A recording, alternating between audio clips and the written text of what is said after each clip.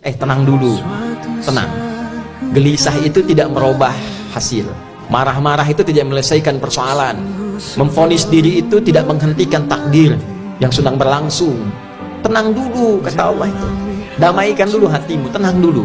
Asa an takrahu syai'a wa huwa khairul lakum. Boleh jadi di balik yang sedang engkau tidak sukai ini ada sesuatu yang baik bagimu yang belum kau tahu. Wa asa an tuhibbu syai'a wa huwa syarrul lakum. Dan boleh jadi di balik yang kau idam-idamkan itu, yang kau pengen sekarang, yang divonis gagal itu, yang menurut orang kau tidak lulus di dalamnya, ada yang kurang cocok denganmu. Logikanya apa ya Allah?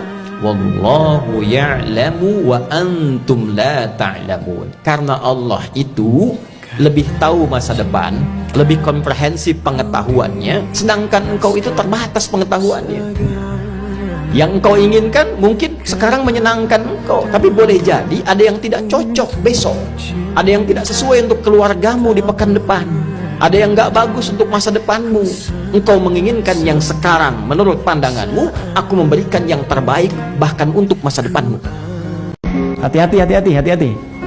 Dan nanti ada orang-orang yang terkena istidraj. Kalau kita tafsirkan dengan ayat ini, terkena istidraj, di antara tandanya mereka mengabaikan ayat-ayat Allah dari semua titipan nikmat yang diberikan kepada mereka.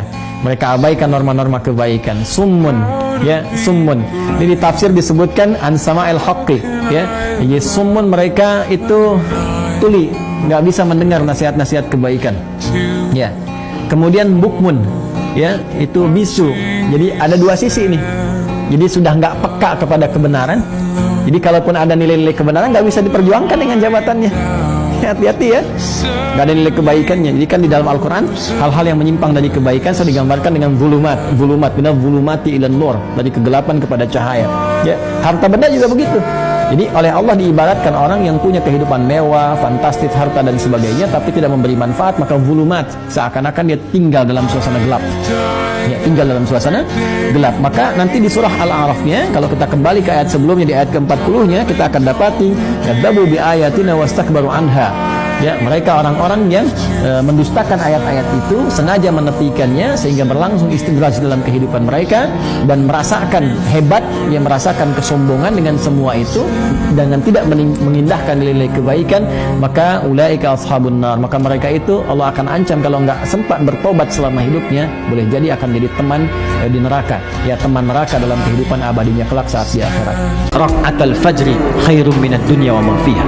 Orang yang konsisten menunaikan 2 rakaat sebelum subuh, maka Allah cukupkan kebutuhan dunia untuknya. Tidak diperbudak dunia, hartanya dicukupkan, karirnya dicukupkan, pekerjaannya nyaman, tenang. Itulah rahasianya sahabat selalu konsisten pada salat subuh, bahkan mereka berangkat dalam pekerjaan setelah menunaikan subuhnya. Itulah yang dimaksud Rabbana atina fid dunya hasanah wa fil akhirati hasanah. Yang terbaik, yang pintar, al-kayyis, dialah membangun koneksi dengan Allah yang punya segalanya. Dia kerjakan perintah Allah, dia ikuti tuntunannya, dunia dia dapatkan, akhirat insya Allah dia akan raih. Mohon izin ya, jadi kalau ada yang mengaku umatnya Nabi Muhammad kemudian tidak mau sholat, itu oleh Allah tidak diaku umatnya Nabi Muhammad. Katalah umat Nabi Muhammad itu pasti kelihatan sholat. Jadi kalau dia nggak sholat, diragukan apakah umat Nabi Muhammad atau bukan. Di awal hati-hati, lihat anaknya. Kalau anda sudah mulai sholat ke masjid, bagus, alhamdulillah. Ke majlis taklim bagus, tapi jangan sholat sendirian. Barangkali ada anaknya yang belum beranjak lebih baik. Ada kemudian misalnya cucu yang harus dimotivasi. Ajak semua ke surga. Surga terlalu luas untuk anda sendirian. Bahkan banyak ayat surga itu meminta kita untuk peduli pada keluarga. Quran surah ke-66 ayat ke-6. Ya ayyuhalladzina amanu qu anfusakum wa ahlikum nara. Hei orang-orang yang telah menyatakan dirinya beriman, jaga dirimu dan keluargamu. Jaga anakmu, jaga istrimu, jaga suamimu, keluarga besarmu. Ajak mereka ke surga. Jaga dari neraka. Jangan sampai itu anak yang dikandung 9 bulan, yang disayang-sayang, tiba-tiba berteriak, "Mama, tolong saya, ayah, tolong saya." Dan anda nggak sanggup menolongin. Kata Allah, jaga itu. Nah, bagaimana menjaganya? Maka saat di dunia kompak tuh beramal soleh. Makanya nanti ada anak yang saat dirawat orang tua dan dia dijaga untuk melakukan amalan yang sangat spesial, ada yang ke surga itu langsung menggandeng bapak ibunya. semua masih punya kesempatan untuk kembali menjadi lebih baik.